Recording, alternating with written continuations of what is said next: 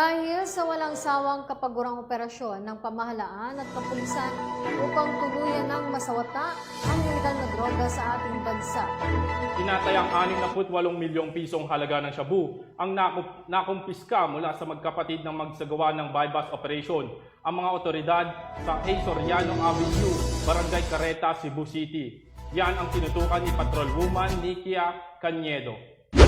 Nasabat ng kapulisan ng RPDE-7 ang 68 milyong halaga ng umano'y shabu mula sa magkapatid na lalaki sa isinagawang bypass operation sa A. Soriano Avenue, Barangay Careta, Cebu City nito lamang ika-4 ng Marso taong kasalukuyan. Huli sa naturang operasyon ang dalawang magkapatid na suspect na sina Gaga 47 anyos at Roberto 53 anyos na parehong residente ng Barangay Tanghaligi, Talibon, Bohol. Ayon kay Police Lieutenant Colonel Jomar P. de la Serna, Chief ng Regional Police Drug Enforcement Unit 7, bandang alas 6 ng umaga nang ikinasa ang nasabing operasyon na nagresulta sa pagkasabat ng 12 pakete ng hinihinalang shabu na may timbang na 10 kilo at may standard drug price na 68 million, Nike Gray backpack, Realme Android phone, Toyota Innova na sasakyan at bypass money.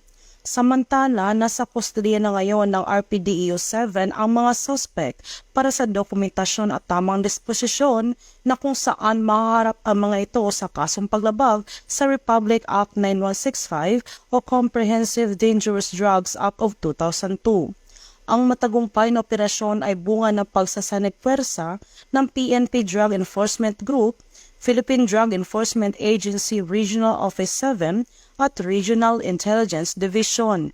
Siniguro naman ng kapulisan ng Central Visayas na mas lalo pa nilang pagbubutihin ang pagpapaigting ng kampanya kontra illegal na droga at anumang uri ng kriminalidad para matiyak ang kaayusan, kaligtasan at kapayapaan para sa mas maunlad na bansa tungo sa isang bagong Pilipinas. Mula dito sa Police Regional Office 7, ako yung Police News Network Correspondent, Patrolwoman Nikia Cañedo, alagad ng batas, tagataguyod ng balitang pulis.